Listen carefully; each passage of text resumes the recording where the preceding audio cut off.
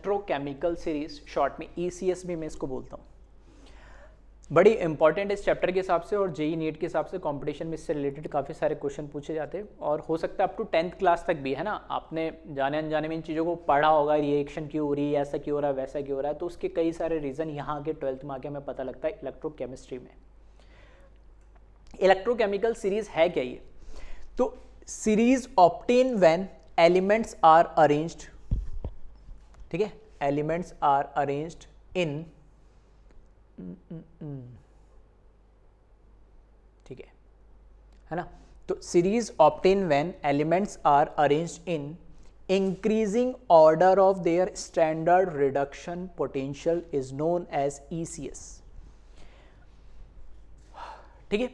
NCERT जब आप खोलोगे तो NCERT के अंदर भी आप देखोगे कि इस तरीके से है ना, कुछ एलिमेंट्स दे रखे होंगे लेफ्ट हैंड साइड में और उनके कुछ पोटेंशियल्स की वैल्यू दे रखी होगी, न्यूमेरिक वैल्यू। तो पहली बात तो बच्चों के दिमाग में सर इनकी वैल्यूज़ याद रखनी, बिल्कुल नहीं, ठीक है, हमें कोई वैल्यूज़ याद नहीं रखनी होती। हाँ, सीरीज़ आपको याद रखनी होती है और पूरे के पूरे एलिमेंट उसमें NCERT में जितने दे रखे हो तो बहुत ज़्यादा है, हम तो कुछ ही करेंगे सेलेक्टेड और उतने में हमारा, ठीक है, सारे जितने भी क्वेश्चन है सारे निकल जाएंगे, हो जाएंगे आज में, उसमें कोई दिक्कत नहीं आएगी। याद करने के लिए भी शॉर्ट ट्रिक भी बनाई है, ठीक है, तो जहाँ ज़रूरत होती है मैं बताता ही हूँ।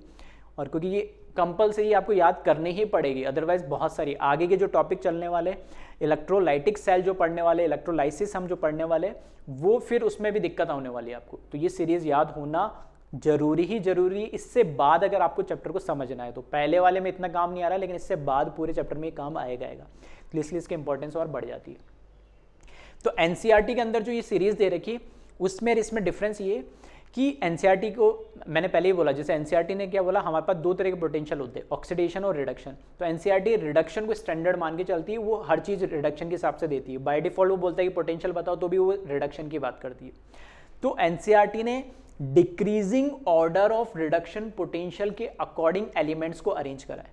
मतलब सबसे ऊपर जो एलिमेंट लिखा है उसने वो लिखा है जिसका रिडक्शन पोटेंशियल सबसे ज़्यादा फ्लोरीन, उसके बाद उससे कम का, उसके बाद उससे कम का, इस तरीके से डिक्रीजिंग ऑर्डर में। मैंने जो यहाँ पर सीरीज आपको लिख रहा हूँ उस सीरीज में इस सीरीज में कोई फर्क नहीं, फर्क इतना है कि उसने decreasing order of reduction potential में एलिमेंट्स को अरेंज करा, मैंने उसको रिवर्स ऑर्डर में लिख दिया, मैंने increasing order of reduction potential में एलिमेंट को अरेंज करा है, ठीक है। तो फ्लोरीन NCERT में सबसे ऊपर है, मेरे इस सीरीज के अंदर सबसे नीचे आ जा रहा है। ऐसा क्यों? क्योंकि शॉर्ट ट्रिक बनाने में थोड़ी सी आसानी हो और आपको कोई याद रखना ही पड़ेगा, तो इसलिए मैंने इसको थोड़ा सा बस रिवर्स ऑर्डर में लिख दिया है। और इस ऑर्डर में लिखने के कई सारे फायदे भी है, वो कैसे है वो अभी मैं इसके एप्लीकेशन में आपको बताऊंगा। तो एक बार थोड़ा सा कामली इसको देखिएगा ध्यान से, सब चीज़ आपको समझ में आएगी। तो यहाँ पर increasing order of their reduction potential ही लिखा है मैंने कि रिडक्शन पोटेंशियल के इंक्रीजिंग ऑर्डर में हम क्या कर रहे हैं, इसके बढ़ रहे हैं। अब यहाँ पर मैंने टेबल बनाई है, सबसे पहले लिखा मैंने एलिमेंट, उसका E0R मतलब उसका रिडक्शन पोटेंशियल वोल्ट के अंदर, E0O मतलब उसका ऑक्सीडेशन पोटेंशियल वोल्ट के अंदर, और शॉर्ट ट्रिक मतलब उस एलिमेंट को याद रखने के लिए क्या शॉर्ट ट्रिक है वो चीज़। तो सबसे पहले जो एलिमेंट है यहाँ पे, सबसे पहले एलिमेंट आप देखोगे तो यहाँ पे लिखा लिथियम Li। अब दो चीज़ है, दोनों चीज़ को लिखिए NCERT में तो ये रिडक्शन वाली ही दिखेगी, मैंने ऑक्सीडेशन भी इसलिए लिखा ताकि कंफ्यूजन ना हो, हम ऑलरेडी पढ़ चुके हैं चीज़ें कि जो भी कि एक एलिमेंट का रिडक्शन पोटेंशियल है उसमें नेगेटिव से मल्टीप्लाई कर दो तो उसका ऑक्सीडेशन पोटेंशियल बन जाता है। तो लिथियम का रिडक्शन पोटेंशियल होता है -3.04 वोल्ट, तो इसका ऑक्सीडेशन क्या हो जाएगा +3.04 वोल्ट। तो क्या फ़र्क पड़ता है, कुछ नहीं। तो मुझे एक पता है तो दूसरा अपना आप कैलकुलेट कर लूँगा। तो ये वैल्यू आपको फिर से कह रहा हूँ याद नहीं रखनी है, बस एक समझाने के लिए एक वैल्यू मैंने एक लिख दी है। अब यहाँ पर आप देखोगे तो रिडक्शन पोटेंशियल है नेगेटिव में, ऑक्सीडेशन पोटेंशियल है पॉजिटिव में। तो जब मैं यहाँ टॉप टू बॉटम, मेरे अकॉर्डिंग जो मैंने यहाँ पे लिखी टॉप टू बॉटम जब मैं मूव करूँगा तो रिडक्शन पोटेंशियल की वैल्यू तो धीरे धीरे क्या होगी, बढ़ेगी।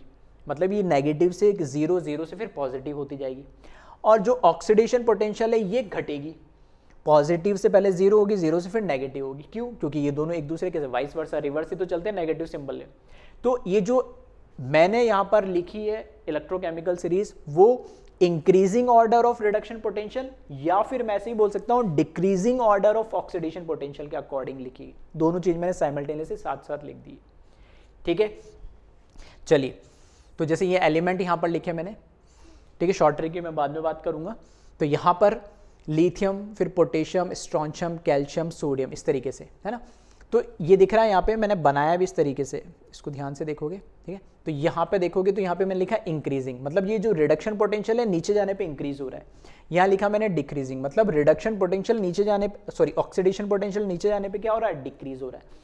मतलब क्या हो सकता, क्या है इसका, लिथियम सबसे ऊपर लिखा है, तो लिथियम का ऑक्सीडेशन पोटेंशियल सबसे ज्यादा होता है सारे एलिमेंट्स में, ठीक है। तो ये डिक्रीजिंग है। अभी यहाँ वैल्यू क्या चल रही है, पॉजिटिव, यहाँ वैल्यू क्या चल रही है, नेगेटिव, ठीक है। तो ये नेगेटिव में, नेगेटिव चल रही है लेकिन बढ़ रही है। अब बढ़ने का मतलब -3 से बड़ा क्या होगा, बड़ा क्या होगा, -3.04 से बड़ा क्या होगा, -3, -3 से बड़ा क्या होगा, -2, -2 से बड़ा क्या होगा, -1, तो बढ़ी रही तो रही है।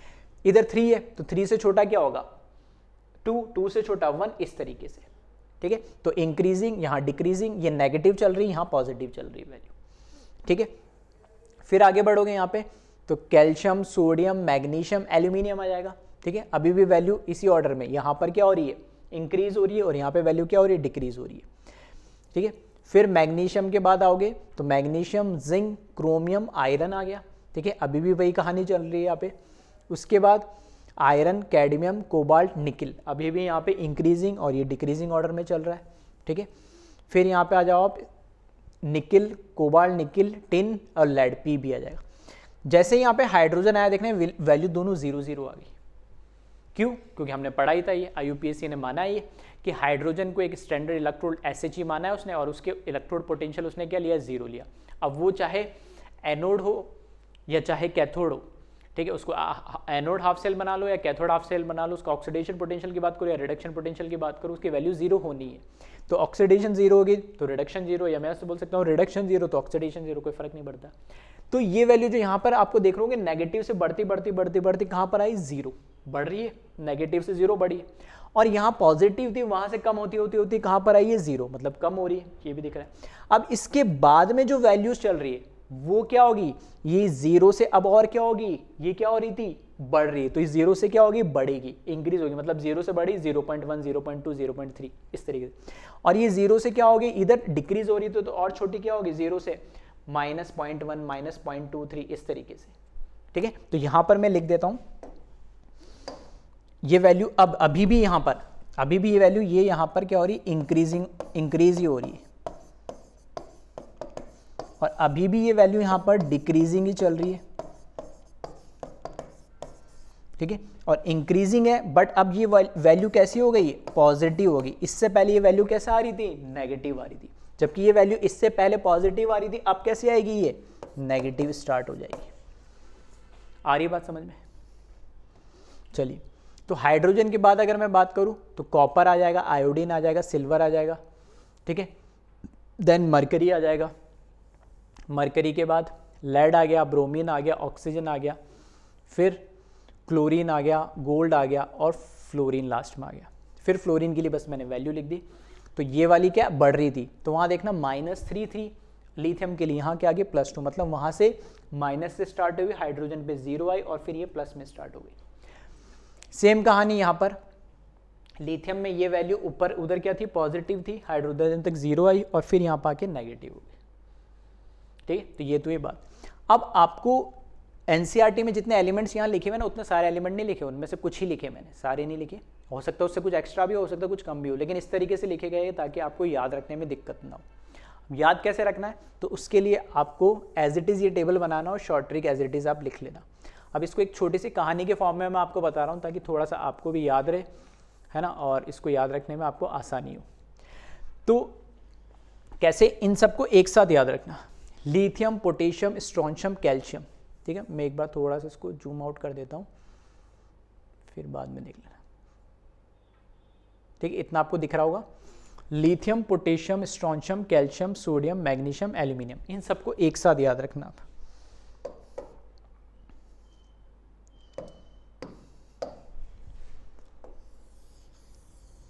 ठीक है, कैसे याद रखोगे, तो शॉर्ट ट्रिक बना रखिए इसके लिए। लिथियम के लिए ले, पोटेशियम के लिए के से कर, स्ट्रोंशियम के लिए सरकार, कैल्शियम के लिए का, सोडियम का Na से नाम, मैग्नीशियम का Mg से मांगे, और एल्यूमिनियम का Al से अल्लाह दिन। ले, कर, सरकार, का, नाम मांगे अल्लादीन, सॉरी एक चीज और छूट गई, मैंगनीज को भी इसके साथ ही ले लेना है, अल्लादीन महान। ठीक है,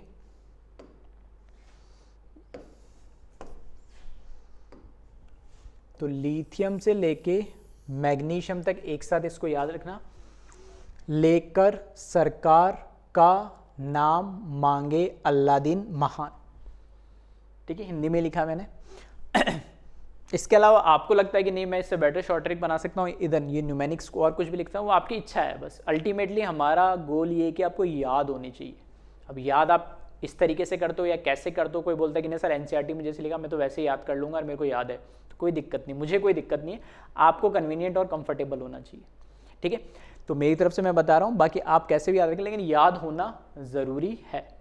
चलिए, तो ये हुआ लिथियम का एल है तो वहाँ से ले, पोटेशियम का के से कर, स्ट्रोंशियम का एस आर आता है तो सरकार, कैल्शियम का सी ए का, तो यहाँ का सिर्फ का, हिंदी वाला का से मतलब है, के लिखा है नहीं। ठीक है, एन ए, सोडियम का एन ए आता है सिंबल तो वहाँ से नाम। ठीक है, तो नाम लिखा। मैग्नीशियम का एम जी आता है तो मांगे, तो ये मांगे लिखा। एल्यूमिनियम का ए एल आता है तो यहाँ से अल्लादीन, और एम एन मैंगनीज का यहाँ पर मांगे, महान, सॉरी महान है ना, मांगे तो मैग्नीश और ये महान। एम एन लास्ट में आता है तो महान, और ये मांगे में जी आता है तो मांगे। ठीक, तो इस तरीके से इनको एक साथ याद रखना, लेकर सरकार का नाम मांगे अल्लादीन महान। उसके बाद ये जो चार एलिमेंट है इनको एक साथ याद रखना। ठीक है, इन चार एलिमेंट को क्या है इसका मतलब, Zn का मतलब है यहाँ पे। अब यहाँ पर थोड़ी सी स्टोरी हम बिल्ड करते हैं। तो यहाँ पर क्या, ऐसा मानो कि कोई किसी घर के अंदर कोई फंक्शन या कोई इनॉग्रल पार्टी है, यानी ऐसा मान लो। ठीक, फिर मान लो आपका एक मकान बना हुआ था, उसके छत पे हमने मान लो एक फर्स्ट फ्लोर और बनाया। ठीक है, उसका इनॉग्रेशन है, यानी अब इनॉग्रेशन है तो उस पर जाने के लिए अभी इंटरनल सीढ़ी को ओपन नहीं करा, तो बाहर से जो लैडर होती है ना, वैसे लैडर से आपको ऊपर चढ़ के जाना है। यानी अब कुछ फ्रेंड्स या फैमिली तो आ रखे और कुछ लोग आना बाकी है, पंडित मंदिर जो आके यहाँ पे पूजा पाठ करके और वहाँ पे जो इनॉग्रल इसका करने वाले। यानी तो किसी ने क्या करा, वो जो लैडर बाहर से चढ़ने वाली जो लैडर थी ना, उसको हटा दिया, गिरा दिया। तो ऊपर से कोई चिल्ला रहा है कि भाई कोई नीचे आया तो अब चढ़े कैसे, अंदर से तो आने नहीं देना अभी, जब तक इनॉग्रेशन नहीं हुआ, से चढ़ो, से कंडीशन ये रख दी। तो ऊपर से कोई आवाज़ लगा रहा है कि जानकर फेंकी सीढ़ी। सीढ़ी मतलब किसके, लैडर की बात हो रही है। ठीक है, तो Zn का मतलब जान। ठीक है, वाले जान नहीं है ना, जान मतलब जानबूझकर। ठीक है, वो तुम और अलग तरीके से चले गए हो है ना, तो उसका मतलब वो नहीं कह रहा मैं, है ना। तो जानकर मतलब इंटेंशनली, तो जान और क्रोमियम का सी आ रहा है ना, तो कर, तो एक अलग अलग लिखा है इसको, जानकर। ठीक है, जानबूझ के जो करते हैं, जानकर Fe से फेंकी, और सी डी, कैडमियम का सी डी को सी डी लिखा मैंने। ठीक है, लिखने में थोड़ा अजीब है लेकिन ठीक है, लैडर से मतलब है, तो सी डी मतलब लैडर है ना। तो जानकर फेंकी सीढ़ी। अब किसी ने क्या करा, वहां से ऊपर से नीचे सीढ़ी को, जो होता है ना नीचे से ऊपर जाती है, तो उसको पुश करा तो नीचे गिर गई। अब जो ऊपर है वो तो उसको खींच नहीं सकता, जो नीचे वही तो वापस लगाएगा, तभी नीचे वाला ऊपर चढ़ेगा। तो ऊपर से कोई आवाज लगा रहा है कि जानकर फेंकी सीढ़ी, और उसके आगे क्या वो कह रहा है, जानकर फेंकी सीढ़ी। फिर इनको एक साथ याद रखना, CO का मतलब है कोबाल्ट, तो कोई, Ni का मतलब निकिल, तो नीचे, Sn मतलब टिन, सुनो, Pb मतलब प्रभात। ठीक है, सॉरी Pb मतलब लेड, तो उसका यहाँ पे प्रभात, और H2 मतलब हाइड्रोजन का यहाँ पर है। तो ये कह रहा कोई नीचे सुनो प्रभात है। अब वो कह रहा है कि जानकर फेंकी सीढ़ी, किसी ने सीढ़ी फेंक दी, तो आवाज लगा रहा है ऊपर से, जानकर फेंकी सीढ़ी किसी ने, और नीचे कोई उसका दोस्त वोस्त आया होगा प्रभात, तो कोई नीचे सुनो प्रभात है। ठीक है, नीचे वालों को कह रहा कोई नीचे सुनो प्रभात, उनका दोस्त होगा, कोई आया होगा तो बोला कोई नीचे सुनो प्रभात है, तो कोई नीचे सुनो प्रभात है। ठीक है, फिर अब ऊपर से आवाज आई है तो भैया रिप्लाई भी तो आएगा। ठीक है, वन वे कम्युनिकेशन तो है नहीं तुम्हारी तरह कि बस सुनते जाओ, बोलना तो है नहीं। ठीक है, यहाँ पे तो बराबर भैया रिप्लाई आता है, तो ऊपर से रिप्लाई आया। ठीक है, जो बचे हुए रिमेनिंग जितने भी है ना, वो सारे एक साथ ले लेना है। अब थोड़ा सा ये आपको दिखेगा अजीब सा तो मतलब सुनने में ना, लेकिन फिर भी थोड़ा सा ऐसे इंटरप्रेट कर, ठीक है, दिख रहा होगा, मैं अभी जूम कर दूंगा, फिर देख लेना। तो उसके बाद है नीचे से रिप्लाई आया, Cu का मतलब यहाँ पे लिखा मैंने कौन, Cu मतलब कॉपर, तो कॉपर से लिया यहाँ पे मैं न्यूमेरिक मैंने कौन, I2 मतलब आयोडीन से आया, ठीक है, कौन आया, Ag मतलब सिल्वर, तो आगे, ठीक है, कौन आया। अब नीचे वाले से रिप्लाई आया कौन आया, ठीक है, कौन आ गया, बोला कोई भी आया हो हमें फर्क नहीं पड़ता, कौन आया, ठीक है, वो बात आ रहा है। नीचे से रिप्लाई कौन आया, Ag से आगे, Hg से होंगे, Pd से पंडित, Br2 से ब्राह्मण, O2 से और, Cl2 से कालू, है ना, क्या मतलब है वही बताऊंगा उसका, और Au गोल्ड से, और सॉरी अगर फीता काटे। अब क्या मतलब है, वो कह रहा है नीचे से आवाज आ रही है कि भैया कोई भी आया हो, प्रभात आया हो, कोई भी आया हो, हमें फर्क नहीं पड़ता है, क्योंकि यहाँ पे इनॉग्रल का काम है, तो सबसे आगे होंगे पंडित और ब्राह्मण, ठीक है, वो आएंगे सबसे पहले, उसके बाद कोई आएगा तो आएगा, पहले सबसे पहले वो आएंगे, उसके पहले सीढ़ी नहीं लगेगी नहीं। तो बोले कौन आया, आगे होंगे पंडित ब्राह्मण और, अब ये कालू मतलब ऐसे कहते हैं कि हिंदी रिवाज में हम ऐसे बोल सकते हैं कि भाई होता है ना एक नज़र बट्टू, जिससे नज़र ना लगे, तो एक आदमी एक कालू जिसको लेकर आता है जिससे नज़र ना लगे, ठीक है, ऐसे अच्छे कामों में, तो वो एक कहते हैं गाँव में कहते थे नाव में ना कालू वगैरह नहीं, तो वो एक आदमी होगा, पंडित होगा, ब्राह्मण होगा और कालू होगा, 3 लोग होंगे यानी। अगर Au से अगर फीता काटे, मतलब वो इनोग्रल वहाँ पे रिबिन अगर उनको काटना है तो आगे ये होंगे और उसके बाद कोई आएगा, ठीक है, तो इस तरीके से थोड़ी सी स्टोरी है। तो यहाँ पर कौन आया, आगे होंगे पंडित ब्राह्मण और कालू अगर फीता काटे, ठीक है, तो काटे का एक एक्स्ट्रा मैंने जोड़ा है, F फ्लोरीन से फीता हो जाएगा और Au गोल्ड से अगर, ठीक है। अब देखना इसको ध्यान से, कॉपर का Cu से कौन, I2 का आयोडीन से आगे, Ag सिल्वर का आगे, सॉरी I2 से आया है ना, कॉपर से क्या आ गया कौन, I2 से आया आयोडीन से, Ag सिल्वर से आगे, Hg से होंगे, पैलेडियम Pd से पंडित, Br2 ब्रोमीन से ब्राह्मण, O2 ऑक्सीजन से और, Cl2 क्लोरीन से कालू, Au गोल्ड से अगर और F2 फ्लोरीन से फीता, और कार्टेस के साथ एक्स्ट्रा मैंने जोड़ दिया नहीं, ठीक है। तो स्टार्टिंग से अगर मैं बोलूं तो स्टार्टिंग से क्या है, सबसे पहले कौन है, लिथियम, तो लेकर सरकार का नाम मांगे अल्लादीन महान, इसको एक साथ याद रखें। फिर उसके बाद थोड़ी सी स्टोरी चालू होती है, जान कर फेंकी सीडी, कौन आया, ठीक है, सॉरी कोई नीचे सुनो प्रभात है, ठीक है, उसके बाद आता है कोई नीचे सुनो प्रभात है, फिर नीचे से रिप्लाई आता है कौन आया, आगे होंगे पंडित ब्राह्मण और कालू अगर फीता काटे, ठीक है। तो इस तरीके से आप शॉर्ट ट्रिक बनाने की कोशिश करिए, आपको पसंद आती तो अच्छा है, नहीं आती तो भी अच्छा है, कंडीशन बस एक ही है कि आपको चीज़ें याद होनी चाहिए।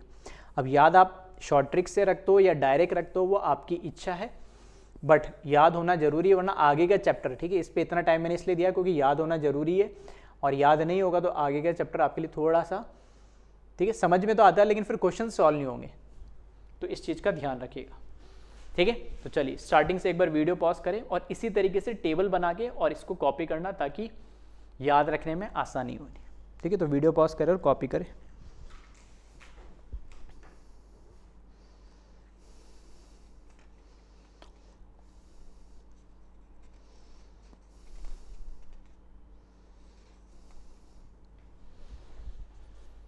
और जैसे मैंने बताया वैसे याद रख लोगे तो, क्योंकि मैं क्वेश्चन भी इसी तरीके से कराऊंगा कि इस पैटर्न में आपको याद रखा हुआ होगा तो क्वेश्चन भी इजीली सॉल्व होंगे और समझने में भी आसान होगा।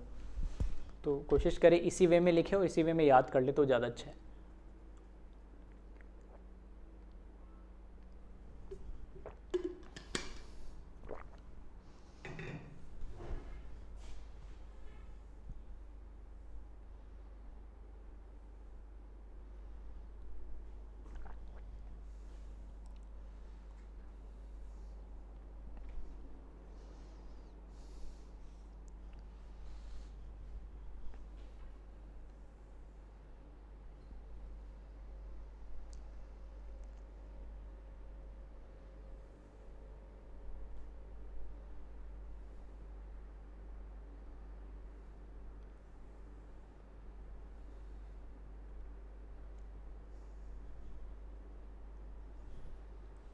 ठीक है, तो वीडियो पॉज करके जल्दी जल्दी कॉपी कर लीजिएगा इसको। ठीक है, तो हाइड्रोजन की जो पोजीशन है वो भी इंपॉर्टेंट इस केस में, कौन सा एलिमेंट हाइड्रोजन के ऊपर है, कौन सा एलिमेंट हाइड्रोजन के नीचे है, ठीक है, सब इंपॉर्टेंट है।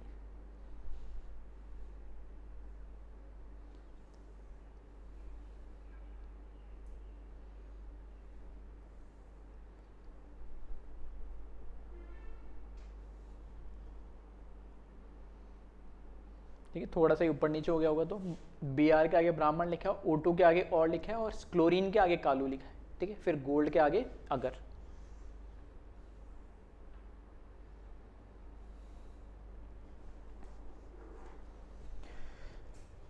चलिए, तो ये तो हुई बात ECS की इलेक्ट्रोकेमिकल सीरीज की। अब इंपॉर्टेंस क्या उस पर हम बात कर लेते हैं इसकी। तो एप्लीकेशन के नाम से मैंने लिखा है यहाँ पे एप्लीकेशन ऑफ ECS।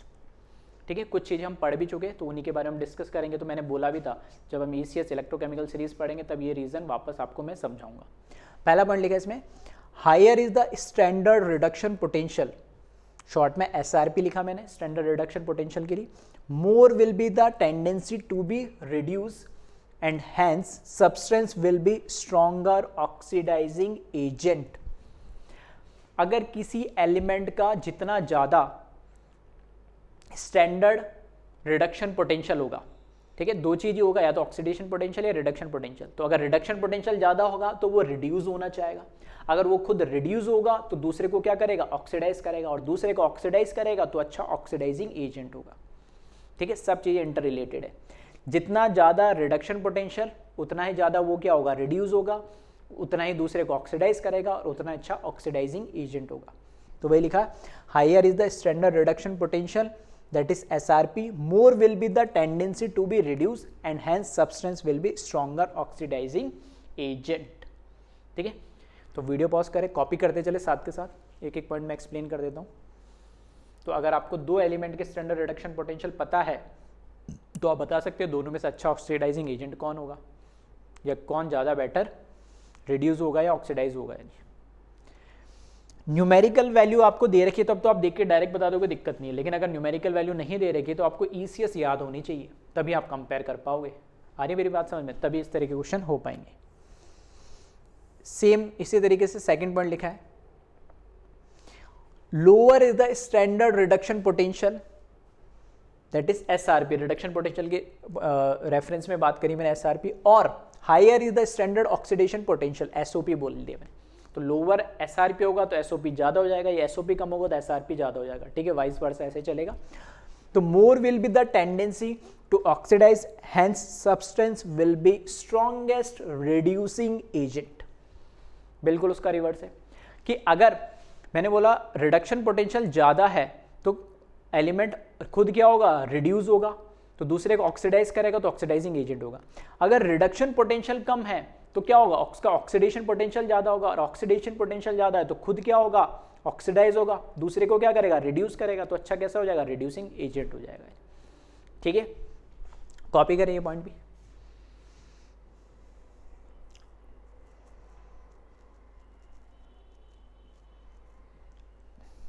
एग्जाम्पल देखें इसका साथ के साथ। ठीक है, जैसे अगर मैं बात करूं हमारे पास जितने भी एलिमेंट है ना, उनमें से अगर मैं बात करूं अभी जो मैंने ECS लिखाई है, तो स्ट्रॉन्गेस्ट ऑक्सीडाइजिंग एजेंट कौन होगा, फ्लोरीन, क्योंकि उसका रिडक्शन पोटेंशियल सबसे ज़्यादा है, उस सीरीज में सबसे नीचे, या NCERT के अंदर रिडक्शन पोटेंशियल की वैल्यू सबसे ऊपर दे रखी होती है मैक्सिमम की, तो सबसे ऊपर है, मतलब वो रिड्यूस सबसे ज़्यादा होगा, सबसे स्ट्रांगली रिड्यूस होगा। तो दूसरे को क्या करेगा, वो ऑक्सीडाइज करेगा, तो उतना ही स्ट्रॉन्ग क्या हो जाएगा, ऑक्सीडाइजिंग एजेंट। तो यही लिखा है यहाँ पे, मैक्सिमम तो SRP होगा, मैक्सिमम स्टैंडर्ड रिडक्शन पोटेंशियल, और मिनिमम स्टैंडर्ड ऑक्सीडेशन पोटेंशियल होगा, तो मिनिमम SOP लिख दिया मैंने। ठीक है, शॉर्ट में लिखा है। इसी तरीके से स्ट्रॉन्गेस्ट रिड्यूसिंग एजेंट कौन होगा हमारे लिए, लिथियम, क्योंकि अभी जो मैंने टेबल लिखा है उसमें लिथियम का सबसे ज़्यादा ऑक्सीडेशन पोटेंशियल है, सबसे ऊपर है। ठीक है, तो मैक्सिमम तो SOP होगा और मिनिमम क्या होगा उसका, SRP होगा। ठीक है, तो कॉपी करें इसको।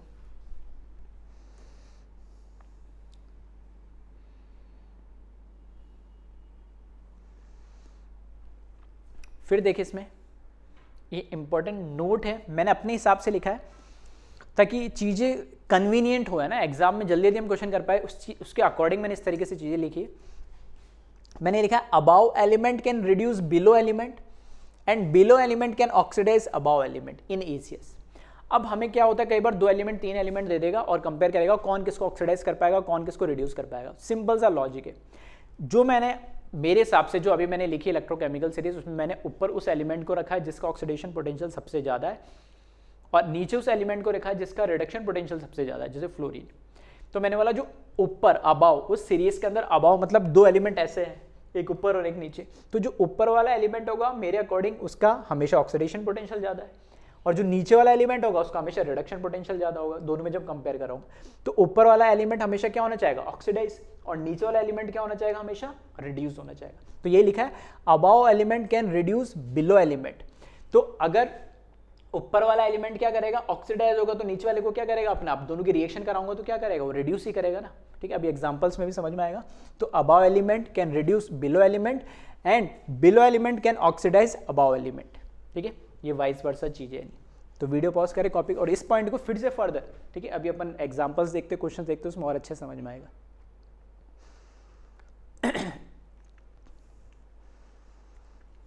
चलिए फिर देखें नेक्स्ट पॉइंट। यह लिखा है E naught cell, that is EMF of cell बोलते हैं हम इसको, must be positive for spontaneous galvanic cell. ये ऑलरेडी हम बात कर चुके हैं कि अगर सेल स्पॉन्टेनियस है तो E नॉट सेल हमेशा क्या होना चाहिए, पॉजिटिव, तभी सेल क्या होगा, स्पॉन्टेनियस। तो ये होने के लिए मैंने बोला था कि एनोड और कैथोड को इस तरीके से ऐड करना है कि उसकी वैल्यू हमेशा क्या मिले, ई सेल की वैल्यू पॉजिटिव मिले। तो मैंने वहां पे क्या बोला था कि एनोड और कैथोड कैसे डिसाइड करेंगे, या तो दोनों का ऑक्सीडेशन पोटेंशियल देख लो या दोनों का रिडक्शन पोटेंशियल देख लो। अगर ऑक्सीडेशन पोटेंशियल देख रहे हो तो जिसका ऑक्सीडेशन पोटेंशियल ज़्यादा है वो एनोड बन जाएगा, क्योंकि एनोड पे क्या होता है, ऑक्सीडेशन। अगर दोनों का रिडक्शन पोटेंशियल देख रहे हो तो आप देख लो रिडक्शन पोटेंशियल किसका ज़्यादा, वो बन जाएगा कैथोड। क्यों, क्योंकि कैथोड पे क्या होता है, रिडक्शन। तो वो यही ECS से ही आया कि जिसका ऑक्सीडेशन पोटेंशियल ज़्यादा वो अपना आप ऑक्सीडाइज होना चाहेगा और जिसका रिडक्शन पोटेंशियल ज़्यादा वो अपना आप रिड्यूस होना चाहेगा। तो वही दे रखा है इसमें। Hence anode should be higher in the ECS and cathode should be lower in the ECS। तो एनोड क्या होगा, अगर मुझे कोई भी पूरी सीरीज में से 2 एलिमेंट सेलेक्ट कर लूँ तो जो ऊपर वाला एलिमेंट है वो हमेशा एनोड बनाएगा और नीचे वाला एलिमेंट हमेशा क्या बनाएगा, कैथोड बनाएगा, क्योंकि ऊपर वाले एलिमेंट का ऑक्सीडेशन पोटेंशियल ज़्यादा होगा और नीचे वाले एलिमेंट का क्या होगा, रिडक्शन पोटेंशियल ज़्यादा होगा। और आप देख सकते हो सीरीज में जिंक आता है हाइड्रोजन के भी ऊपर और कॉपर आता है हाइड्रोजन के भी नीचे, इसलिए जिंक का हमेशा क्या होता है, ऑक्सीडेशन, तो वो एनोड पे बनाता है, और कॉपर का क्या होता है, रिडक्शन, तो वो क्या बनाता है, कैथोड बनाता है। ठीक है, चलिए तो इस पॉइंट को भी लिखें।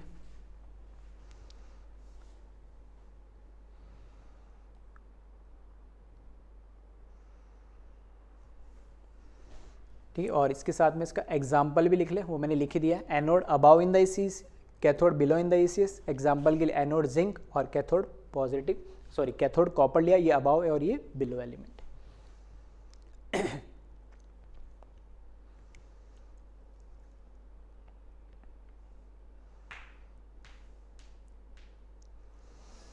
फिर देखें नेक्स्ट पॉइंट इसमें।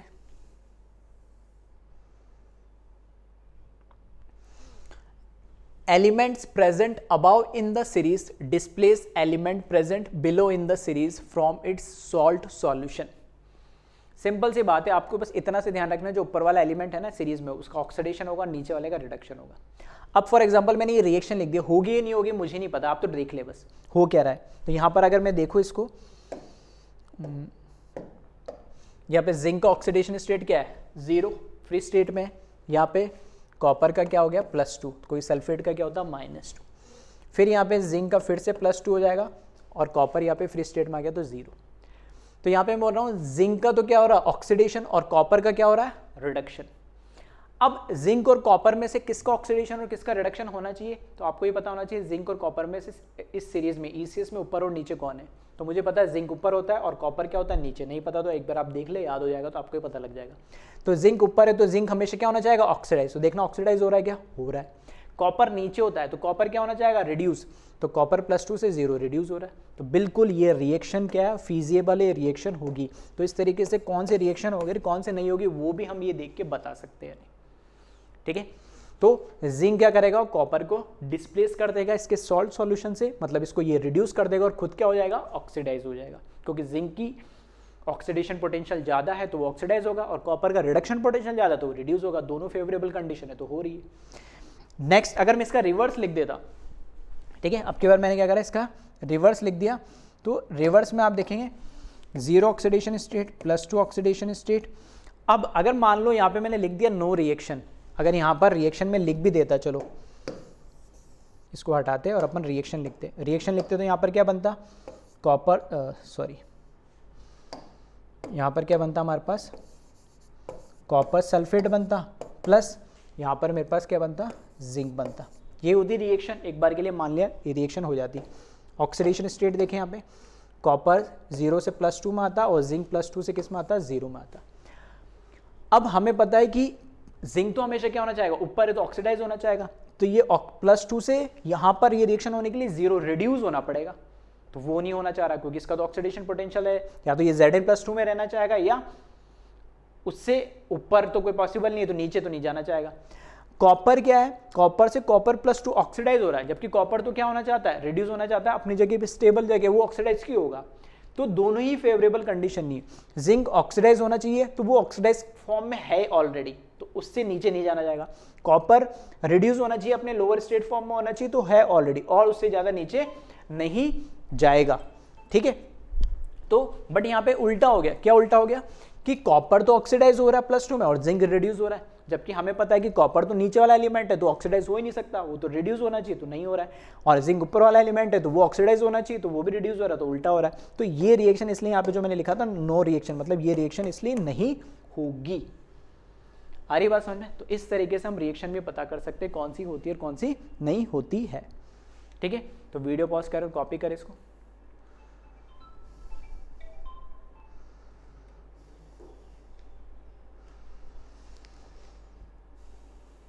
चलिए फिर आगे देखते हैं हम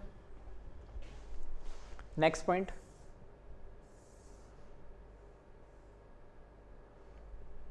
फिफ्थ पॉइंट दे रखा, on moving down in the series electropositive nature of metal decreases and hence there reactivity decreases, ठीक है। तो हो सकता है आपने अप टू 10th क्लास तक कोई रिएक्टिविटी सीरीज भी पढ़ी होगी, ठीक है, वो भी इसी से रिलेटेड है। तो हमें पता है ऊपर जैसे मैंने लिखा था सबसे पहले कौन था, लिथियम, ठीक है, फिर पोटेशियम, ठीक है, फिर स्ट्रॉन्शियम, इस तरीके से, और फिर हाइड्रोजन के नीचे देखोगे तो ये फिर नॉन कॉपर वगैरह मेटल भी आते हैं, लेकिन लास्ट में आता है देखोगे तो non metal type fluorine, chlorine और ये आ जाते हैं, जो नॉन रिएक्टिव या लेस रिएक्टिव मेटल्स है।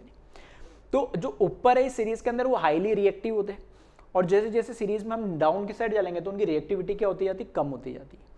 तो वही चीज यहाँ पर जैसे मैंने लिखा, लिथियम की रिएक्शन अगर मैं पानी से करा दूँ, ठंडे पानी से, ठीक है, कोई टेम्परेचर कुछ नहीं दे रहा, मैं इसको हीट भी नहीं कर रहा, ठंडे पानी से कराऊंगा तो भी वो क्या करेगा, लिथियम ऑक्सीडाइज हो जाएगा, क्योंकि इसका ऑक्सीडेशन पोटेंशियल बहुत ज़्यादा हाई होता है। तो लिथियम 0 से यहाँ पर क्या आ गया, लिथियम प्लस में आ गया, ऑक्सीडाइज हो गया, और यहाँ पर हाइड्रोजन जो क्या था प्लस में था, यहाँ पर क्या आ गया, 0 में आ गया, उसने हाइड्रोजन को रिड्यूस करके हाइड्रोजन गैस निकाल दी, ठीक है।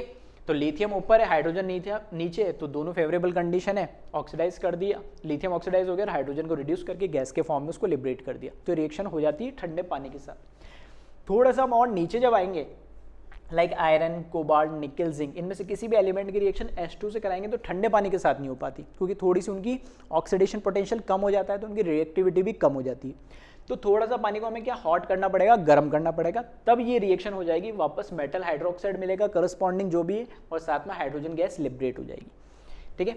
यहाँ पर मैंने मेटल हाइड्रोक्साइड कॉमन क्यों लिखा, क्योंकि मैंने इन जनरल बोल दिया अगर ये एलिमेंट कोई भी है, तो ये वो सारे एलिमेंट है जो क्या है हाइड्रोजन के, जो क्या है हाइड्रोजन से ऊपर की साइड मिलेंगे आपको, ठीक है। इसी तरीके से अगर मैं बात करूं इससे नीचे, हाइड्रोजन के नीचे ये देखो कि कॉपर, सिल्वर, गोल्ड और मरकरी, ये क्या है हाइड्रोजन जो ECS है उसमें हाइड्रोजन के भी नीचे मिलते हैं, एलिमेंट हाइड्रोजन के भी नीचे मिलते हैं। तो इवन ये तो ठंडे पानी में हो रही थी, ये गर्म पानी में होती, इवन इसका टेम्परेचर स्टीम का मतलब क्या 100 डिग्री से भी ऊपर कर दिया हमने इस पानी को, स्टीम के फॉर्म में लेकर आ गए, वेपर्स के फॉर्म में, तब भी ये रिएक्शन नहीं कर रही है, क्योंकि पॉसिबल ही नहीं है। क्यों पॉसिबल नहीं है, क्योंकि हाइड्रोजन से नीचे ही एलिमेंट मिल रहे, तो ये कभी ऑक्सीडाइज तो हो ही नहीं सकते, ऑक्सीडाइज हो नहीं सकते तो इसको भी रिड्यूस नहीं कर पाएंगे, तो ये रिएक्शन कभी होती नहीं है। आ रही बात समझ में? तो ECS की इंपॉर्टेंस क्या है, अलग अलग एप्लीकेशन के जो पॉइंट लिखे उससे आपको एक एक करके समझ में आ रहा होगा, इसलिए कह रहा हूँ कि ECS आपको याद होनी चाहिए। चलिए तो पहले इसको वीडियो पॉज करके कॉपी कर ले इस पॉइंट को।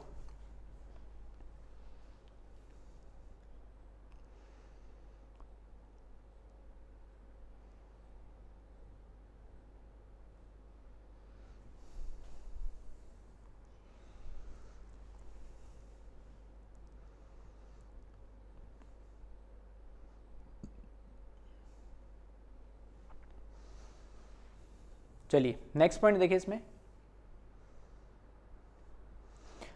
metal present above hydrogen in ECS will release hydrogen on reaction with dilute acid, while metal present below hydrogen will not release hydrogen on reaction with dilute acid. ये same type की बात है जैसे कि अभी ऊपर reaction में हमने बात करी थी कि किसी भी मेटल की रिएक्शन जब पानी के साथ कराते हैं तो उसमें से हाइड्रोजन गैस लिबरेट होगा या नहीं होगा, डिपेंड करेगा वो मेटल कहाँ पर लाई करता है, ECS में हाइड्रोजन के ऊपर या नीचे। सेम कहानी, अगर हमारे पास कोई dilute acid HCl H2SO4 type का कोई एसिड है जिससे हाइड्रोजन H+ आयन मिलता है तो उससे भी हाइड्रोजन गैस लिबरेट होती है। वो डिपेंड करेगा किस मेटल के साथ रिएक्ट कर रही है। अगर वो मेटल ऊपर है ECS के अंदर जिसका ऑक्सीडेशन पोटेंशियल ज़्यादा होता है तो वहाँ से भी हाइड्रोजन गैस को क्या कर देगा, वो लिबरेट कर देगा, ठीक है, क्योंकि वो मेटल खुद क्या होगा, ऑक्सीडाइज होगा और उसको रिड्यूस करके निकाल देगा। और अगर नीचे है तो फिर वो रिएक्शन नहीं हो पाएगी। तो सेम लॉजिक दोनों में सेम ही है, ठीक है। तो वीडियो पॉज करके कॉपी करें इस पॉइंट को और एग्जाम्पल फिर साथ में लिख लेना इसके नीचे।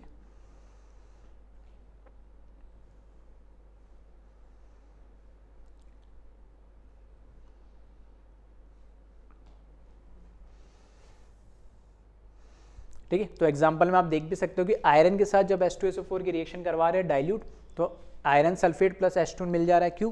क्योंकि यहाँ पे दिख रहा है मुझे कि आयरन 0 से यहाँ पे किस में चला गया, +2 में चला गया, ऑक्सीडेशन हो गया, और हाइड्रोजन यहाँ किस में, प्लस से कहाँ चला गया, 0, यहाँ पे इसका रिडक्शन हो गया। सेम कहानी, कॉपर यहाँ 0 है और हाइड्रोजन यहाँ प्लस है, लेकिन हाइड्रोजन से भी नीचे कौन होता है, कॉपर होता है। तो वो ऑब्वियस सी बात है कॉपर ऑक्सीडाइज नहीं होगा, ना ही हाइड्रोजन को वो क्या कर पाएगा, रिड्यूस कर पाएगा, ठीक है, इसलिए रिएक्शन नहीं होती है। ठीक है, तो कॉपी करें इसको।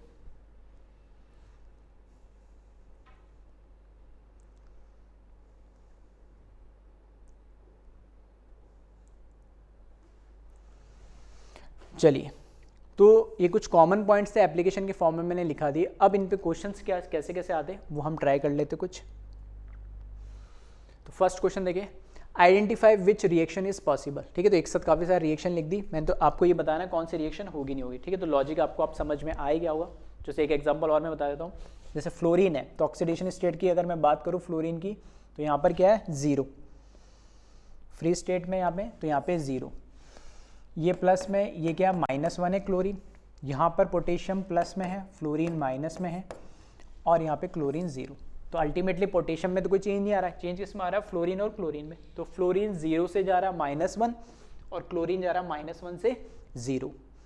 ठीक है, तो फ्लोरीन का रिडक्शन होगा। रिडक्शन किसका होगा, जो एलिमेंट ECS में सबसे नीचे होगा। तो फ्लोरीन तो सबसे नीचे होता तो वो तो रिड्यूस होगा ही होगा, तो उससे ऊपर वाला क्लोरीन क्या होगा, ऑक्सीडाइज तो हो जाएगा। तो मतलब ये रिएक्शन पॉसिबल है। और फ्लोरीन के साथ जब KCl की या कोई भी सॉल्ट के साथ जिसमें क्लोरीन हो उसके साथ रिएक्शन कराएंगे तो वहाँ से क्लोरीन गैस लिबरेट हो जाएगी, क्योंकि वहाँ पे क्लोरीन को ऑक्सीडाइज कर देगा और फ्लोरीन खुद क्या हो जाएगा, रिड्यूस हो जाएगा। इस तरीके से 1 बाय 1 आपको सारी रिएक्शन चेक करनी है।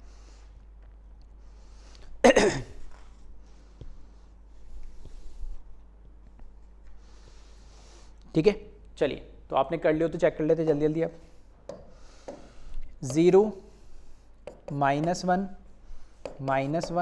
और यहाँ पे 0। अब आपको ये देखना है कि हेलोजन को अगर आपको देखना है ना तो बिल्कुल रिवर्स ऑर्डर में देख लेना। सबसे ऊपर हमें 17 जो ग्रुप होता है हेलोजन में, फ्लोरीन, फिर क्लोरीन, फिर ब्रोमीन, फिर आयोडीन। एस्टेटाइन तो रेडियो एक्टिव उसकी बात नहीं करते, उसके रिवर्स ऑर्डर में मिलता है। सबसे नीचे आपको क्या मिलेगा, ECS में फ्लोरीन, उसके ऊपर क्लोरीन, देन ब्रोमीन और सबसे ऊपर आयोडीन। बस ऐसे आप याद रख सकते हो चारों हेलोजन को।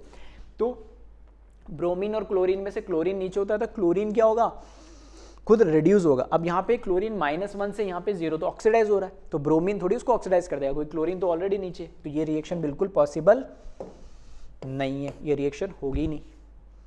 आ रही बात समझ में? इस तरीके से 1 बाय 1 आपको सारी रिएक्शन चेक करनी है। तो इसको वीडियो पॉज करें और कॉपी करें। चलिए, और फिर देखिए इसमें नेक्स्ट रिएक्शन,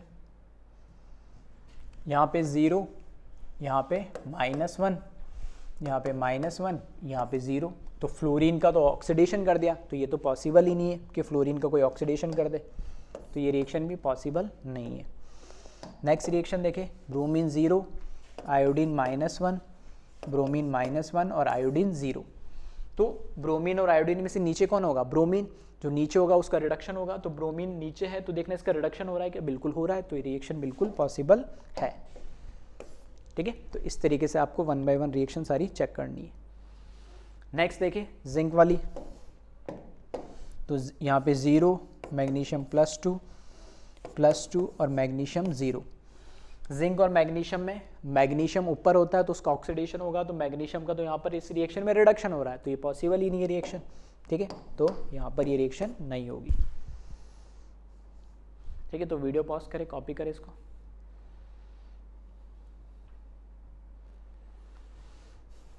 नेक्स्ट देखिए फिर, चलो 3 रिएक्शन और है, इनको भी देखें जल्दी से। Copper 0, hydrogen plus, copper +2, hydrogen 0। Copper और हाइड्रोजन में से, ठीक है, इसलिए आपको याद हो, कॉपर नीचे होता है, हाइड्रोजन ऊपर होता है, तो हाइड्रोजन ऊपर हो तो हाइड्रोजन का क्या होगा, ऑक्सीडेशन, जबकि यहाँ क्या हो रहा है, रिडक्शन हो रहा है, ठीक है। तो फिर से ये रिएक्शन पॉसिबल नहीं है। 7th रिएक्शन देखें, मैग्नीशियम 0, कॉपर +2, मैग्नीशियम +2 और कॉपर 0। अब की बार मैग्नीशियम 0 से +2 ऑक्सीडेशन हो रहा है, कॉपर का रिडक्शन हो रहा है, तो जो ऊपर होगा उसका ऑक्सीडेशन होगा, तो मैग्नीशियम ऊपर होता है तो ऑक्सीडेशन हो रहा है, कॉपर नीचे है तो उसका रिडक्शन होना चाहिए, तो रिडक्शन हो रहा है, तो ये रिएक्शन फीजिबल होगी, ठीक है। इसी तरीके से इसको चेक कर ले, यहाँ पे +1 आयरन, यहाँ पे 0, यहाँ पे +2 और यहाँ पे 0। आयरन और हाइड्रोजन में से आयरन ऊपर होता है तो आयरन का ऑक्सीडेशन हो रहा है, हाइड्रोजन का रिडक्शन हो रहा है, दोनों फेवरेबल कंडीशन है, ठीक है। तो यहाँ पे ये भी रिएक्शन हो जाएगी, ठीक है। तो वीडियो पॉज करो, कॉपी करें जल्दी से।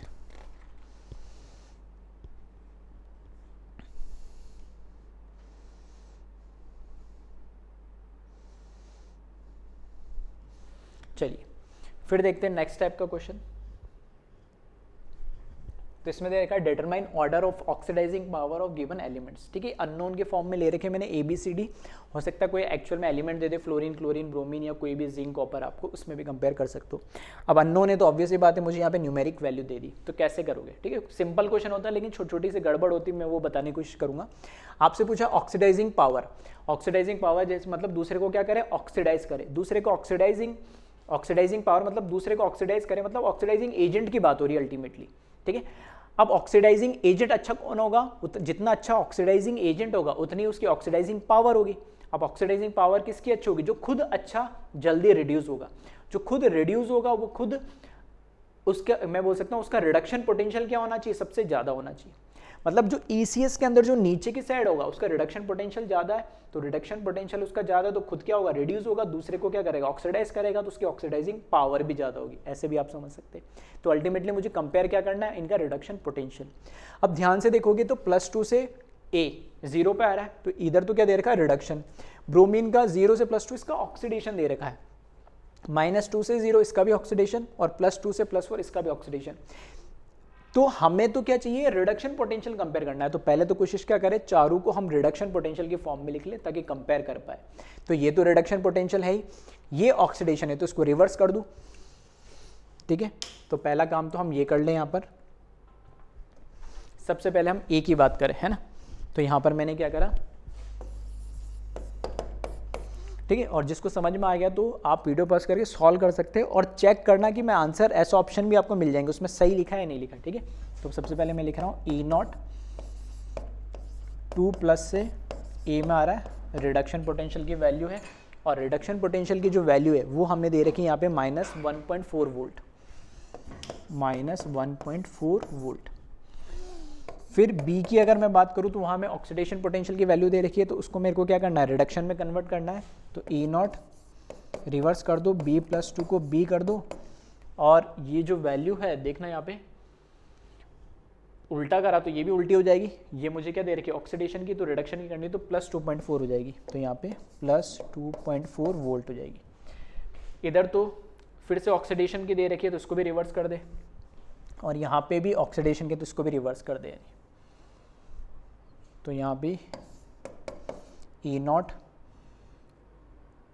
रिडक्शन करना है ना, तो C से C-2 कर दे, और इसकी वैल्यू नेगेटिव में हो जाएगी -1.6 वोल्ट, ठीक है। और इसी तरीके से D के लिए भी कर दे आप, +4 से +2, ए नॉट डी प्लस 4 से डी प्लस 2 कर दे, और इसकी जो वैल्यू आपको दे रखी है कितनी 2.6, तो माइनस 2.6 हो जाएगी। ठीक है, तो सबका रिडक्शन पोटेंशियल में मैंने कन्वर्ट कर दिया है। अब कंपेयर करना सिंपल सा, किसका रिडक्शन पोटेंशियल ज़्यादा है। ठीक है, तो रिडक्शन पोटेंशियल की वैल्यू देखोगे तो सबसे ज़्यादा बी की है, उसके बाद तीनों की तो नेगेटिव दे रखी है, तो बी से बड़ी कौन सी है, 2.4 से बड़ी आपको कौन सी मिलेगी, -1.4। नंबर लाइन सिस्टम से देख लेना, बस लेफ्ट टू राइट बढ़नी चाहिए। ठीक है, तो सबसे ज़्यादा 2.4 है, उससे कम -1.4, उससे कम -1.6 और सबसे कम -2.6। तो मुझे पता लग गया सबसे अच्छा तो कौन होगा, बी होगा, उसके बाद कौन होगा, ए होगा, उसके बाद कौन होगा, सी होगा, उसके बाद होगा डी। बट ऑप्शन में दो चीज़ आपको नजर आएगी, कैसा है कि वो चीज़ मैं लिख के बताता हूँ, वो जहाँ पर जनरली बच्चे गलती करते हैं नहीं। ठीक है, तो ऑप्शन आपको 4 ऑप्शन होंगे, उसमें ये दोनों चीज़ें आपको देखने को मिलेगी। अब यहाँ पर ऑक्सीडाइजिंग पावर, ठीक है, हो सकता है दोनों ऑप्शन में मैं लिख देता हूँ और आप बताइए कि दोनों में से कौन सी चीज़ सही है।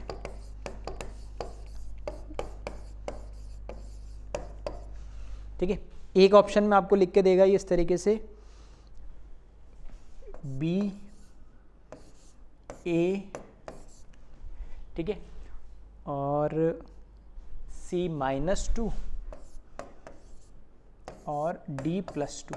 ठीक है, और दूसरे ऑप्शन में आपको लिख के देगा ये बी +2, ठीक है, और ए की दूसरी ऑक्सीडेशन स्टेट ए +2 और सी और डी +4। दोनों में ऐसे 4 ऑप्शन में से दोनों ऑप्शन मिल जाएंगे। तो आप आंसर क्या दोगे, वो ऑर्डर तो बी ए सी डी मिल रहा है दोनों में, लेकिन दोनों में बस ऑक्सीडेशन स्टेट का चेंज है। तो बताएं कौन सा ऑप्शन बेटर है और कौन सा सही है विथ लॉजिक। अब देखिए ध्यान से, एक एग्जांपल मैं बताता हूँ। चलो यहाँ मेरे को डी दिख रहा है तो मैं डी बता देता हूँ। भाई बी ए सी डी यहाँ पे भी दिख रहा है, बी ए सी डी यहाँ पे भी दिख रहा है, तो एक ही ऑप्शन हो दोनों में से तब तो ठीक है, लेकिन दोनों ऑप्शन दे तो फिर मोर करेक्ट कौन सा होगा, ये एक्चुअल में करेक्ट कौन सा है, वो दूसरा अगर इनकरेक्ट ही वैसे। लेकिन कई बार अगर स्टैंडर्ड बुक नहीं है, स्टैंडर्ड क्वेश्चन नहीं है, तो वो लिखने में तो कैसे भी लिख देते, लेकिन वो गलत तरीका है लिखने का। कैसे, तो वो समझे। मैंने लिखा डी +4 से +2 में जा रहा है, मतलब ये क्या बता रहा है, रिडक्शन पोटेंशियल। अब मैंने बोला ऑक्सीडाइजिंग पावर मुझे बतानी है, तो ऑक्सीडाइजिंग पावर जो दूसरे को ऑक्सीडाइज करेगा वो खुद क्या होगा, रिड्यूस। तो खुद का रिडक्शन पोटेंशियल किसका ज़्यादा है, तो रिडक्शन पोटेंशियल में किसकी बात करूंगा, डी +4 की रिडक्शन पोटेंशियल की बात करूंगा, डी +2 की रिडक्शन पोटेंशियल की बात करूंगा। भाई जो हायर ऑक्सीडेशन स्टेट पे वही तो लोअर में जाएगा रिड्यूस होके, लोअर वाला थोड़ी रिड्यूस होके हायर पे चला जाएगा। तो मैं अगर बोल रहा हूँ डी +4 का रिडक्शन पोटेंशियल है -2.6, तो ये बात बिल्कुल सही है।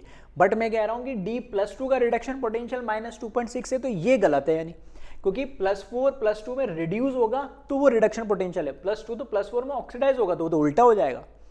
तो ये जो ऑप्शन दे रखा है ना पहला वाला बी ए सी डी, तो ये गलत है, क्योंकि ये बोल रहा है ऑक्सीडाइजिंग पावर ऑफ डी +2, मतलब डी +2 थोड़ी ऑक्सीडाइज करेगा, वो तो रिड्यूस करेगा और खुद क्या होगा, ऑक्सीडाइज होगा।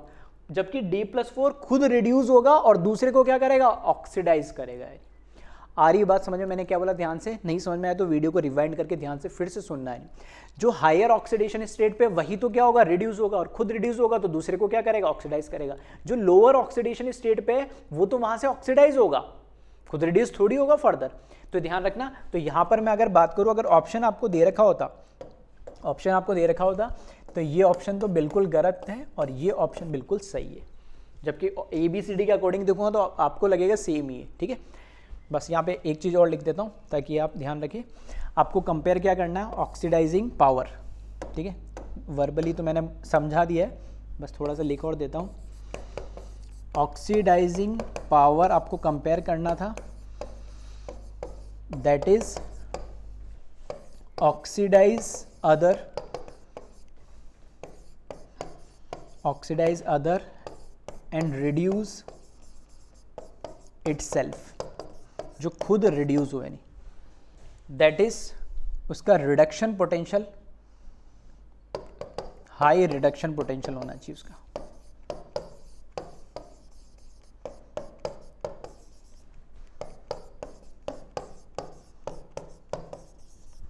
सही है। चलिए तो वीडियो पॉज करें और इसको कॉपी कर लें। ठीक है, तो इसमें भी दो तरह के क्वेश्चंस बनते हैं। दो तरह के कैसे? एक्चुअल में अगर रियल एलिमेंट्स लिख देता तो फिर ये न्यूमेरिक वैल्यू की जरूरत नहीं पड़ती उसको, तब आपको ECS याद होना चाहिए था। और अगर आपको अननोन दे दिया तो न्यूमेरिक वैल्यू दे देगा, तो आपको कॉन्सेप्ट पता होना चाहिए कि जिसका हाई है वो ऑक्सीडाइज होगा, जिसकी वैल्यू लो है वो रिड्यूस होगा, रिडक्शन पोटेंशियल या ऑक्सीडेशन जो भी दे रखा है। ठीक है, चलिए तो वीडियो पॉज कर कॉपी कर इसको।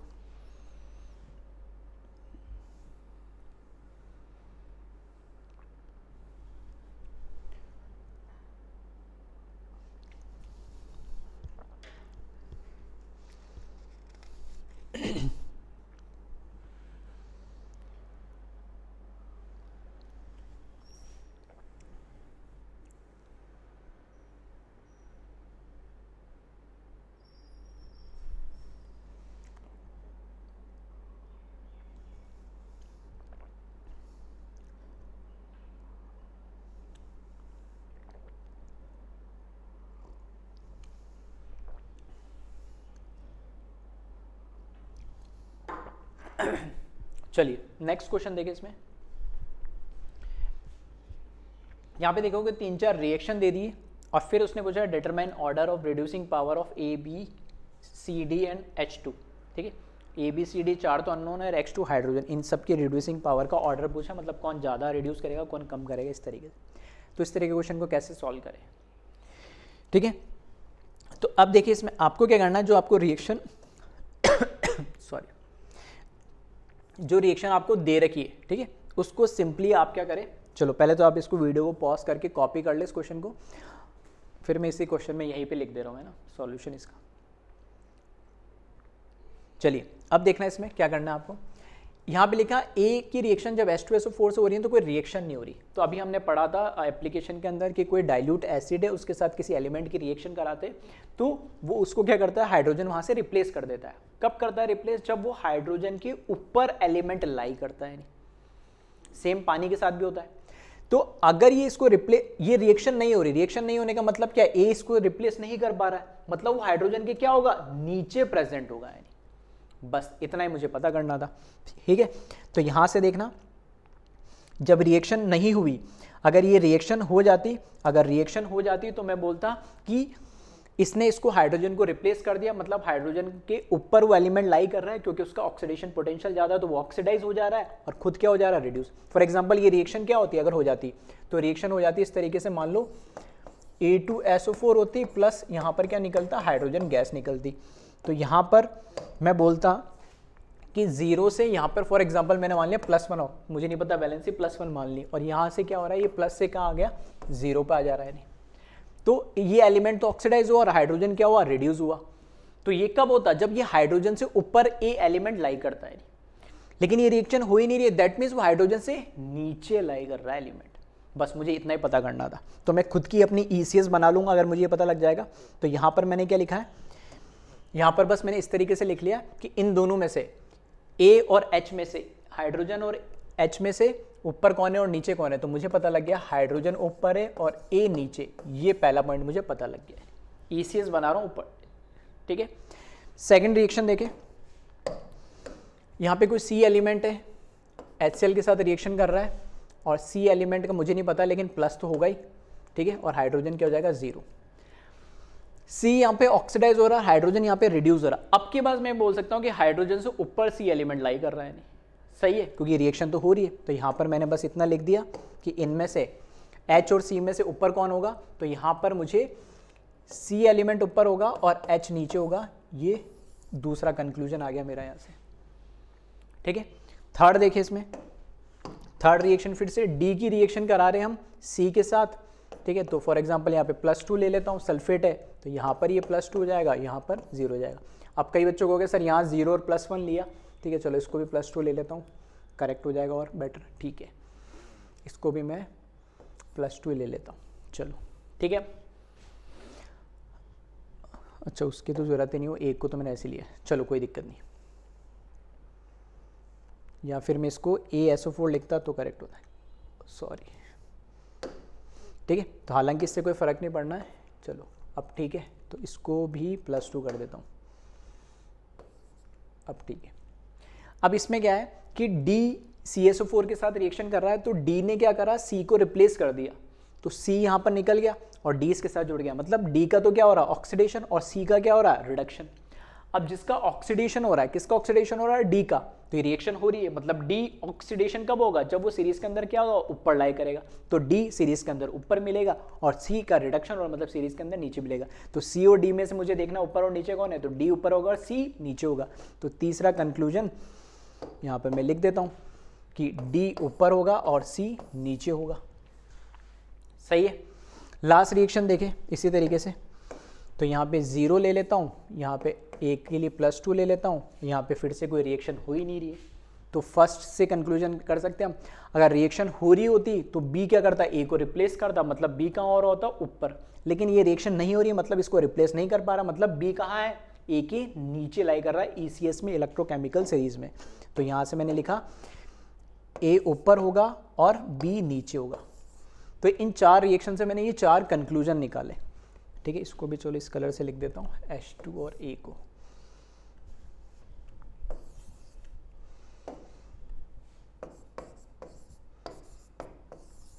ठीक है, 4 कंक्लूजन। अब चारों कंक्लूजन को बस समराइज कर लो आप, ECS बना लो अपनी खुद की।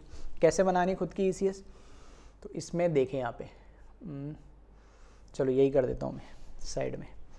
ठीक है, मैंने वापस नहीं लिखी है, ठीक है, रिएक्शन टाइम वैसे वीडियो बड़ा होता जा रहा है, तो मैंने सिर्फ यहीं पे लिख दे रहा हूँ। अब मैंने कोई भी एक रेफरेंस पॉइंट ले लो, कोई फर्क नहीं पड़ता। फॉर एग्जांपल मैंने H2 लिखा, H2 के ऊपर देखना, ये तो नीचे आ रहा है, H2 के ऊपर आ रहा है C, क्या C के भी ऊपर कोई है, H2 के ऊपर C और C के ऊपर कौन है, D, तो यहाँ पे H2 के ऊपर लिखा मैंने C और C के ऊपर आ रहा है D।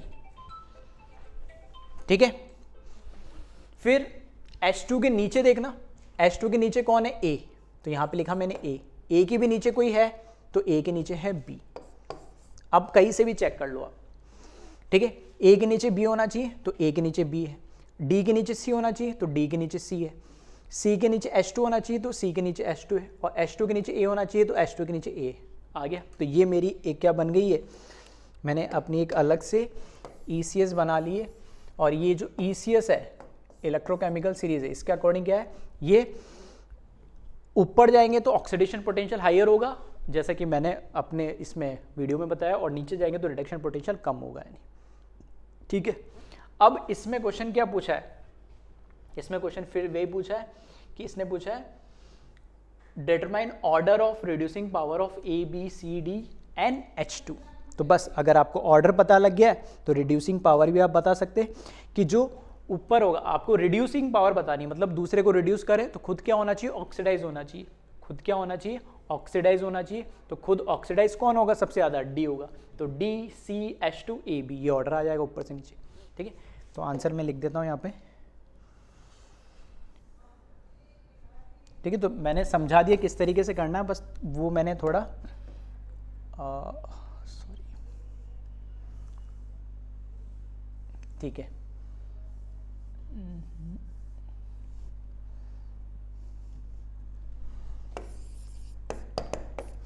ठीक है, रिड्यूसिंग हमें क्या बताना है, पावर,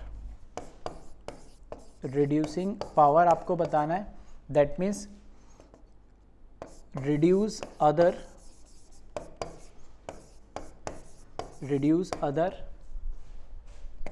and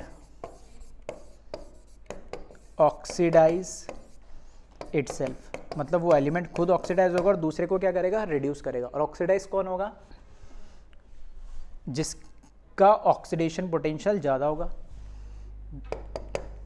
जिसका हायर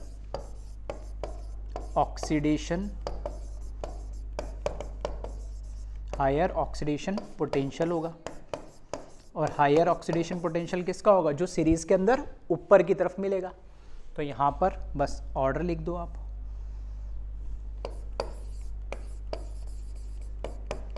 रिड्यूसिंग पावर का ऑर्डर।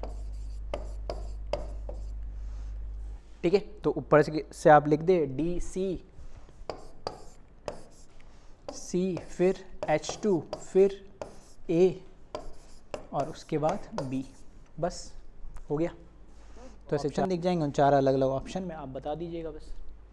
चलिए, तो वीडियो पॉज करके जल्दी से इसको कॉपी कर ले, ठीक है। तो इसमें मैंने अलग से सॉल्यूशन लिखा है, इसको दोबारा रिएक्शन ना लिखना पड़े इसलिए, है ना। तो आप अलग से लिख के कर देना, इसको इसी में मत करना, है ना।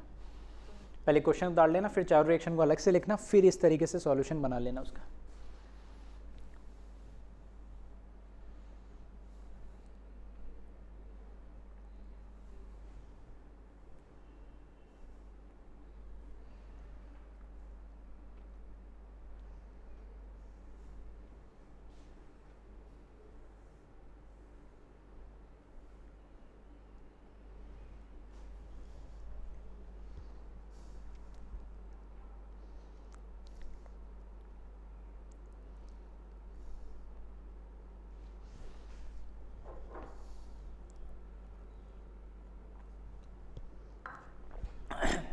चलिए, एक लास्ट क्वेश्चन और देख लेते हैं, फिर खत्म करते हैं लेक्चर को। क्वेश्चन दे रखा है, among the following container which are safe to store zinc sulphate solution. Copper, magnesium, silver, gold, aluminium की ये कंटेनर दे रखे अलग अलग। अब इन अलग अलग कंटेनर में मेरे को जिंक सल्फेट डालना है नहीं, तो ये कह रहा है कि कौन सा कंटेनर सेफ है जिंक सल्फेट को स्टोर करने के लिए। सेफ से मतलब क्या है कि कोई किसी तरीके रिएक्शन हो सकता है कंटेनर के साथ ये सॉल्यूशन रिएक्ट कर जाए और कंटेनर धीरे धीरे से डिटेरोरेट हो और बाद में लगा वो फट गया और वो हमारा सारा सॉल्यूशन और नुकसान हो गया। तो हमें ऐसे कंटेनर के अंदर स्टोर करना है जिसके साथ ये रिएक्शन नहीं हो रही होगी। तो हमें कैसे पता लगेगा? तो सिंपल सा, कुछ नहीं समझ में आया तो रिएक्शन करा के देख लो, ठीक है। तो चाहो तो वीडियो पॉज करके आप खुद एक बार ट्राई कर सकते हो, अदरवाइज देखिए इसको। क्या करना है, सिंपल सा काम है, दो एलिमेंट ले लेता हूं मैं। तो जैसे मैंने जिंक सल्फेट को करना है ना, तो पहले कॉपर दे रखा, चलो कॉपर के साथ लिखा, कॉपर प्लस मैंने लिखा जिंक सल्फेट। मान लो ये दोनों रिएक्ट कर जाए, अगर रिएक्शन होती है तो कैसे होती है, कॉपर सल्फेट बनता प्लस यहाँ से जिंक निकलता है, ठीक है। एक और चलो मैग्नीशियम की भी लिख देते, तो मैंने यहाँ पे क्या करा, मैग्नीशियम की भी रिएक्शन लिख दी, Mg plus zinc sulphate solution डाल दिया मैंने मैग्नीशियम के कंटेनर में, तो यहाँ पे बन जाता मैग्नीशियम सल्फेट प्लस यहाँ पर क्या बनता, जिंक। अब क्या करना है, मुझे चेक करना है कि कौन सी रिएक्शन होगी और कौन सी रिएक्शन नहीं होगी। तो यहाँ पे देखें, कॉपर 0, जिंक +2, कॉपर +2 और जिंक 0। कॉपर ऑक्सीडाइज हो रहा है, जिंक रिड्यूस हो रहा है। क्या ये होगा? सीरीज में देखना है, जिंक और कॉपर में ऊपर नीचे कौन होता है, जिंक ऊपर होता है, तो जिंक तो हमेशा ऑक्सीडाइज होगा, जबकि यहाँ क्या हो रहा है, रिड्यूस हो रहा है। तो ये रिएक्शन नहीं होगी, ये रिएक्शन नहीं होगी।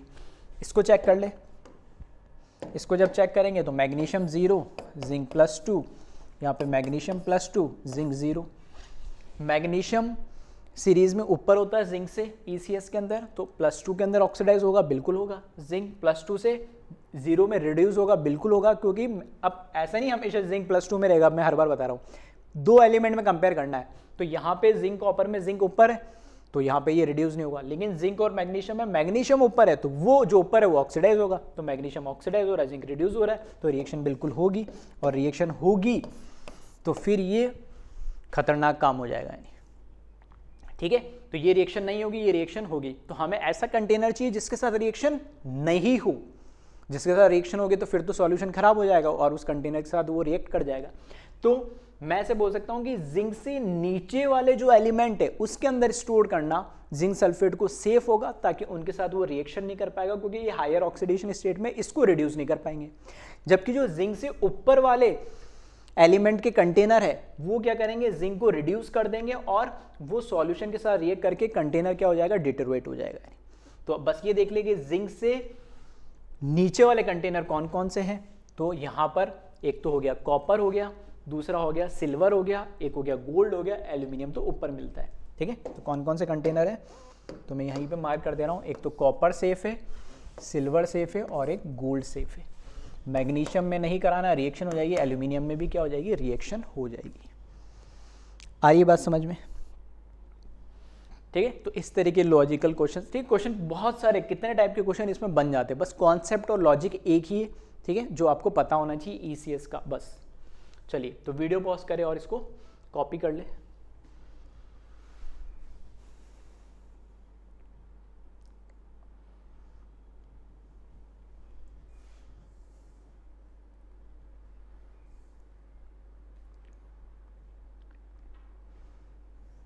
चलिए तो अब ख़त्म हो ही गया, तो लास्ट में बस इतना सा लिख देता हूँ, सेफ कंटेनर जिसके अंदर हम क्या कर सकते हैं, सॉल्यूशन को स्टोर कर सकते, ठीक है, और एक अनसेफ कंटेनर। तो ऐसा कोई ये थंब रूल नहीं है कि हमेशा ऊपर वाले में ही सेव करना है, ठीक है। क्वेश्चन दूसरे तरीके से भी आ सकता है। दूसरे तरीके से क्वेश्चन क्या आ सकता है, अगर मैं बोल दूं कि कॉपर का कंटेनर है, अगर हमारे पास कॉपर का कंटेनर है और सॉल्यूशन अलग अलग ले लो, जैसे इसमें मैं क्या है, सॉल्यूशन तो एक रखा, कंटेनर अलग अलग रख लिया। इसका उल्टा कर दूं, मैं आपके बार कंटेनर एक रखूं, मेरे पास कंटेनर कॉपर का ही है और अलग अलग सॉल्यूशन उसमें डालूं, तो कौन सा सॉल्यूशन सेफ होगा स्टोर रखने के लिए। तो आपको चेक अल्टीमेटली वही करना है कि कौन सा रिएक्शन नहीं होगी, जिसके साथ रिएक्शन नहीं होगी वो सॉल्यूशन उसमें स्टोर कर देंगे। यानी आ रही बात समझ में। चलिए, तो सेफ कंटेनर यहाँ पर हमारे पास कौन कौन थे, कॉपर, सिल्वर और गोल्ड। तो यहाँ पर लिख देता हूँ मैं, कॉपर, सिल्वर एंड गोल्ड। और अनसेफ कंटेनर कौन से थे हमारे पास, मैग्नीशियम एंड एल्यूमिनियम, ठीक है। चलिए, तो अल्टीमेटली आज के लेक्चर में है ना, मोस्टली हमने क्या करें, न्यूमेरिकली प्रैक्टिस करें, और इस तरह के न्यूमेरिकल्स, ठीक है, जितने भी प्रैक्टिस हमने स्टार्ट से करे और यहाँ तक एंड तक इस लेक्चर में, सभी जेईई नीट के हिसाब से बड़े इंपॉर्टेंट है। अलग अलग तरीके के क्वेश्चन स्पेशली ईसीएस में पूछे जाते हैं। तो आज के लेक्चर में हमने ईसीएस को कवर करा, साथ में एक ही एलिमेंट के दो अलग अलग रिडक्शन पोटेंशियल दे रखे और उसी एलिमेंट का कोई तीसरा रिडक्शन पोटेंशियल पूछे तो उसके लिए हमने डेराइव भी उसको देखा भी तरीके, सब्जेक्टिव वे में किस तरीके से सॉल्व करना बोर्ड में, और शॉर्ट ट्रिक भी हमने उसकी सीखी है, ठीक है। चलिए, ओके, थैंक यू क्लास।